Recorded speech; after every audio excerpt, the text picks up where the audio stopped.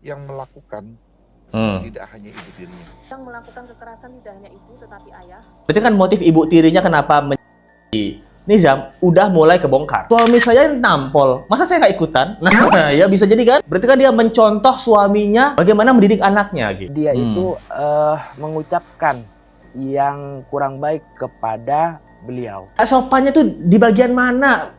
Orang lagi sakit minta matiin lampu dibilang nggak sopan gitu. Dibilang kurang ajar nih anak. Nyuruh-nyuruh saya matiin lampu. Memangnya saya pembantu, pembokat?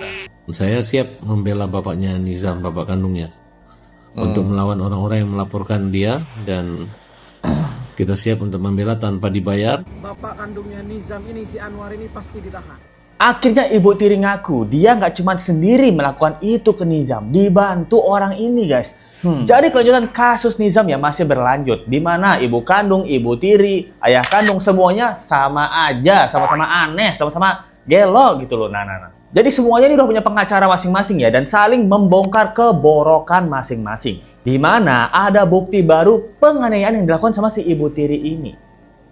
Bahkan ada videonya juga. Waduh. Jadi sekarang bukan mereka bertiga lagi saling adu, tapi masalahnya mereka bertiga ini saling punya pengacara yang akan mengadu. Dan Farhad Abbas akan membantu membantu ayah kandung untuk membela dirinya sendiri. Nah, ini kalau udah Farhad Abbas maju, ini seru nih. Biasanya sih seru ya, kasusnya lama dan seru gitu. Dan mungkin bisa memancing kemarahan netizen lagi. Tadi kita update dulu tentang hal kasus ini ya. Dimana katanya dari ibu tirinya nggak cuma dirinya yang melakukan hal ini, tapi ada seseorang lagi. Apakah itu anak angkatnya? Ada lagi yang terupdate paling terbaru. Semalam saya dapat telepon dari lawyer yang memang kebetulan saya kenal. Gue dapat kuasa nih. Kuasa siapa? Dari ibu tirinya apa tuh namanya? Oh ya? Kan udah ditahan tuh. Betul udah ditahan. Gini bro, katanya bisa ketemu gak? Oke, kita ketemu. Bahas apa? Ya kan kita ketemu bahas apa? Jadi dia bilang ini yang melakukan tidak hanya ibu tirinya. Videonya ada, fotonya ada. Nanti ya kan gua kasih lihat dulu bro. Yang melakukan kekerasan tidak hanya ibu, tetapi ayah. Dan Dari tetangga. dan keluarga besar. Terjadi terutama lebih intens 4 tahun terakhir.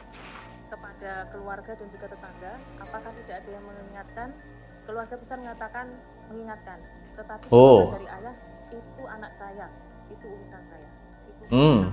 Kemudian setelah itu beberapa kali ibu tiri juga melakukan kekerasan dan diingatkan oleh keluarga besar, alasannya sama, bahwa itu anak saya.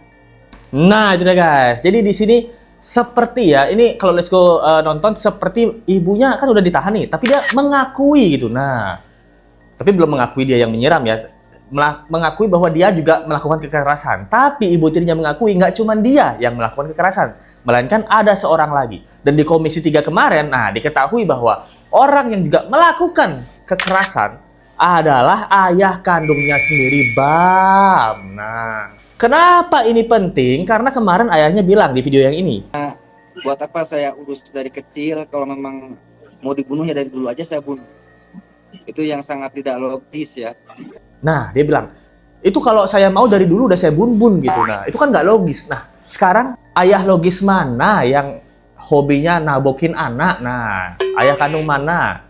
Berarti kan kalau Let's Go lihat ini, motif dari ibu tirinya, motifnya udah mulai terungkap. Kenapa? Karena dia melihat suaminya sendiri melakukan kekerasan kepada anaknya dengan bilang bahwa ini anak saya, urusan saya. Udah diingetin sama tetangga, sama keluarga besar, jangan gitu pak, nampolin anak nggak baik gitu, nggak bisa, nggak boleh gitu. Urusan saya, anak-anak saya. Gitu.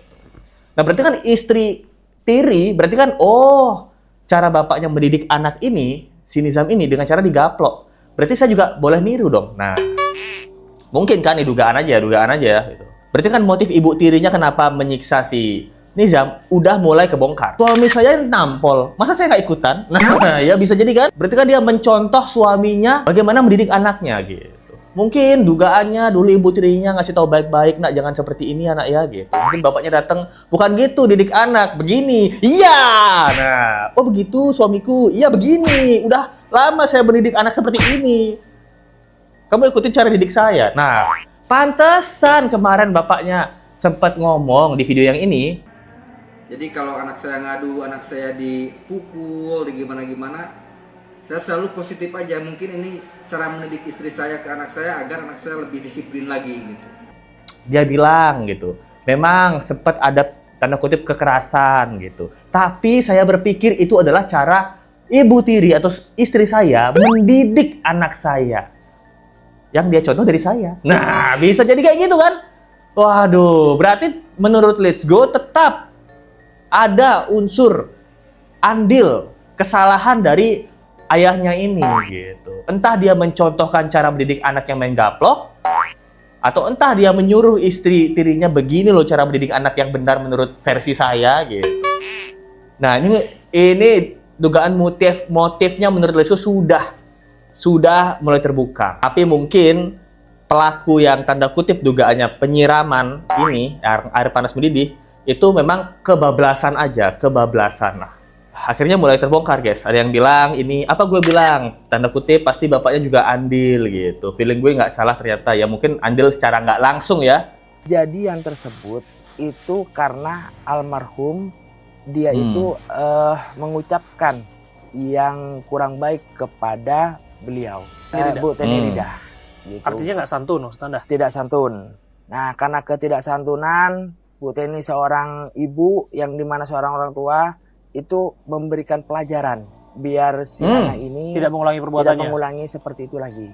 Nah, itu kan jadi salah satu alasan kekerasan terjadi karena Ibu Tiri ini merasa si Nizam ini nggak santun. Padahal dia tuh buset santunnya kayak gimana, guys? Kalau kita lihat dari video yang ini aja.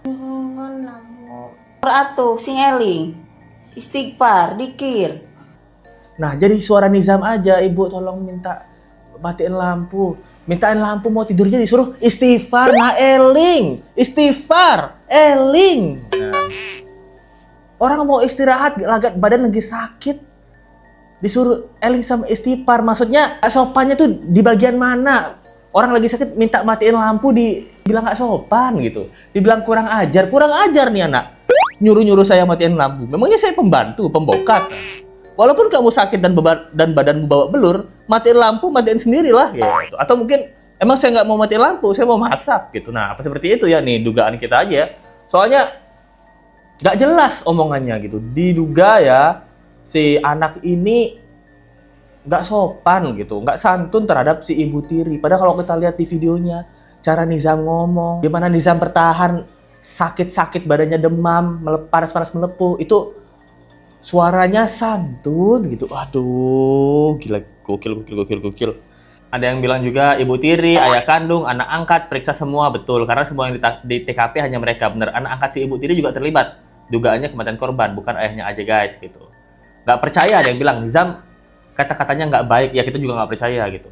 Nggak mungkin anak dari pondok, tidak mungkin tidak santun. Apabila nggak santun tidak perlu disiksa, disuruh minum air panas semuanya. Benar, setuju. Ya kan banyak orang yang nggak percaya gitu guys dengan kejadian ini. Makanya kalau kalian lihat statement ayahnya yang bilang tindakan saya ini nggak logis gitu. Di mana logisnya bla bla bla bla bla gitu. Maksudnya kita aja ngerasa bahwa tindakan kekerasan terhadap anak itu nggak logis guys. Dan faktanya ya di Komisi 3 kemarin nih, faktanya ya dari Komisi 3, setelah dimakamkan si Nizam ini sama sekali ayahnya nggak pernah ke makam anaknya. Itu fakta ya, ini fakta dari Komisi 3 data kemarin gitu. Nggak logis nggak? Logis nggak kalian? Nggak logis gitu. Buset. Masa setelah meninggal harusnya kan besoknya datang lagi ke pemakaman, besoknya mungkin berapa hari tuh masih sedih datang terus ke pemakaman gitu kan. Masa ini sudah meninggal dunia sampai sekarang kurang lebih mungkin 20 harian sama sekali bapaknya itu nggak datang ke makam lagi. Ini nggak logis guys. Dan di Komisi 3 juga dijelaskan Nizam ini sakitnya udah 5 hari. Dari 5 hari ini dia menderita nggak dibawa ke rumah sakit. Nah dari Komisi 3 kemarin rapatnya 5 hari disuruh eling sama istighfar doang sama Ibu Tiri. Aduh, itu mah bukan namanya mengurusi, itu namanya membiarkan. Maksudnya ngurusin diri sendiri gitu. Saya memang ngurusin dia, suruh urus diri sendiri. Apa seperti itu nih pertanyaan kita ya gitu. Kayak kalau cuma dibeliin makan, dibeliin bubur, aduh, Gojek juga bisa kayak begitu, Bu. Farhad katanya akan mau menjadi kuasa hukumnya dari ayah kandungnya si Nizam ya gitu, karena Ayah kandungnya sekarang dilaporin sama ibu kandung karena pembiaran. Terus dilaporin juga sama ibu tiri karena ada dugaan KDRT juga yang ikut andil dalam dugaannya meninggalnya Nizam ini gitu. Untuk melaporkan bapaknya Nizam itu menurut saya nggak boleh. Ya bapak ini udah mengalami kerugian dan kehilangan anak, dan dia pernah melaporkan istri mudanya itu. Ibunya juga hati-hati loh. Ibu kandung Nizam kalau menuduh tiba-tiba bapaknya sebagai pembunuh tidak terbukti, dia bisa dilaporkan laporan palsu. Saya siap membela bapaknya Nizam, bapak kandungnya, untuk melawan orang-orang yang melaporkan dia, dan kita siap untuk membela tanpa dibayar, untuk berjuang menegakkan keadilan dan kepastian hukum. Jangan orang udah jatuh ketimpan tangga dihajar lagi. Jadi fokus saja bahwa siapa pelaku pembunuhnya gitu. Apakah ada tindakan kekerasan yang dialami oleh anak itu? Ada. Siapa yang Ada. melakukan tindakan kekerasan? Itu yang melakukan kekerasan ayahnya. Ayahnya, guys. cara menyuruh anaknya tersebut itu suruh memburu. Ush. Nah, tujuannya suruh memburu biar bergerak badannya. Dikasih ketepel, kamu berangkat katanya. Jangan cuma di rumah saja. Yang dimana pemaksaan tersebut itu sampai ini pengakuan dari klien kami, anak tersebut gak mau, itu diseret, suruh berangkat. Diseret keluar rumah. Keluar rumah. Ayo, gimana guys? Maksudnya ibu tiri dan ibu kandung ini kalau memang benar yang diceritakan ya, itu sama-sama nggak ada otaknya gitu. Jadi dari perspektifnya ibu tiri bilang, ini sebenarnya Nizam ini udah sakit. Waktu sakit dipaksa sama bapaknya suruh ambil ketapel berburu. Bayangin nggak? Kamu sakit nak, ambil ketapel berburu biar nggak sakit, biar gerak badan kamu itu. Orang sakit disuruh di mana-mana apa? Disuruh istirahat. Ini masalahnya orang sakit nggak disuruh istirahat, dipaksa untuk gerak gitu. Bayangin. Ini contoh ya, dia bilang suruh berburu, kalau nggak mau diseret. Nah, misalnya Nizam udah berburu mengikuti kemauan bapaknya. Kalau nggak ikutin kan katanya dugaannya di KDRT kan, digampar kan. Udah ikutin berburu, pulang capek, mau tidur, matiin lampu. Ibu tiri ngidupin lampu. Bu, kok dihidupin lampunya? Capek itu. Erling, istighfar nah. Aduh, astagfirullahaladzim. Buset. Kapan dia bisa istirahat? Kapan dia ada waktu buat nyembuhin diri sendiri? Dimana badannya panas demam gitu. 5 hari loh. 5 hari sakit panas demam. Tahan di rumah. Bahkan kasurnya king coil alias kayaknya itu karpet. Karpet ditumpuk. Nah, gimana nyenyak? Gimana kondisi badan bisa pulih? Bapaknya kalau ngelihat dia tidur disuruh berburu. Emak tirinya kalau lihat dia tidur dihidupin lampunya. Ini yang namanya pembiaran. Dugaannya ya, ini namanya pembiaran. Dan kita harus cari satu lagi nih. Anak angkatnya si ibu tirinya ini apa? Apa perannya di sini? Apakah dia juga ikut dalam andil dugaan penyiksaan ini? Masalah air panas ini siapa? Cari pelaku utamanya dulu. Ngaku siapa yang nyiram air panas. Itu dulu ngaku. Setelah itu baru kita selidiki lagi kekerasan lainnya. Jadi menurut Letsko semuanya sama aja guys. Bapaknya tukang pukul tapi nggak ngaku. Nah, ibunya tukang bohong tapi nggak ngaku ibu tirinya ya gitu. Ibu kandungnya, nah sama juga. Anaknya bertahun-tahun nggak dijenguk, alasannya apa? Jauh. Alasannya nggak ada biaya. Kalau anak tuh logisnya pasti apapun biaya, jauh tetap dijenguk lah masih hidup. Bapaknya juga aneh. Anaknya udah meninggal, nggak dijenguk-jenguk. Gimana kemarin anaknya hidup? Nah, ini pertanyaan kita semua kan. Malah ditaruh di pondok. Padahal punya istri, tapi ditaruhnya di pondok. Alasannya apa? Alasannya dugaannya tanda kutip apa nggak mau ngurusin. Nah, apalagi udah nikah 6 kali. Nah, ini kok manusia gini kasihan. Makanya di komentar, Letsko pernah baca, cuman Letsko nggak dapat screenshot ya. Ada di komentar tuh, salah satunya Letsko baca, mungkin ini jalan terbaik dari adik Nizam diangkat atau dipanggil oleh Yang Maha Kuasa. Karena kalau dititipin di 3 orang ini nggak diurusin bener-bener. Ya udah, adik Nizam tuh diangkat, dipanggil lagi biar diurusin sama Yang Maha Kuasa gitu. Karena di dunia dia udah nggak diurusin sama sekali. Ini kan pas Letsko baca itu ya, sedih banget guys. Maksudnya satu sisi sedih karena dia harus diangkat dari dunia ini, satu sisi ya bener juga gitu. Mungkin Allah sayang sama adik Nizam, jadi diangkat sama Allah untuk diurusin di sisinya gitu loh. Ini sedihnya luar biasa sih guys. Klien kami selalu menerima KDRT Dan juga itu pun mengakibatkan ke anaknya juga pelampiasan. Oke, jadi bukan hanya almarhum, tapi klien Anda juga mendapatkan kekerasan dari Pak Anwar. Pak Anwar pernah sampai dipukul, sampai pingsan. Dan juga anak kandungnya juga pun sama dilakukan hal seperti itu. Dipukul sampai pingsan? Pengakuannya seperti itu. Waduh. Jadi si Ibu Tiri bilang juga bahwa Nizam ini pernah dipukulin sampai pingsan, guys, sama bapak kandungnya sendiri. Jadi memang menurut Lesko mereka bertiga ini harus diperiksa ya. Aduh, ini Ibu Tirinya mungkin dia adalah orang yang bersalah melakukan hal ini semua, tapi motifnya itu mungkin mencontoh dari suaminya dan ibu kandungnya juga. Ibu kandungnya sama aja, mereka bertiga sama aja, guys. Oke lah. Ya itu dia yang bisa sampaikan di update kasus kali ini ya. Pala Lesko pusing banget dengerin hal ini, kasihan banget sih.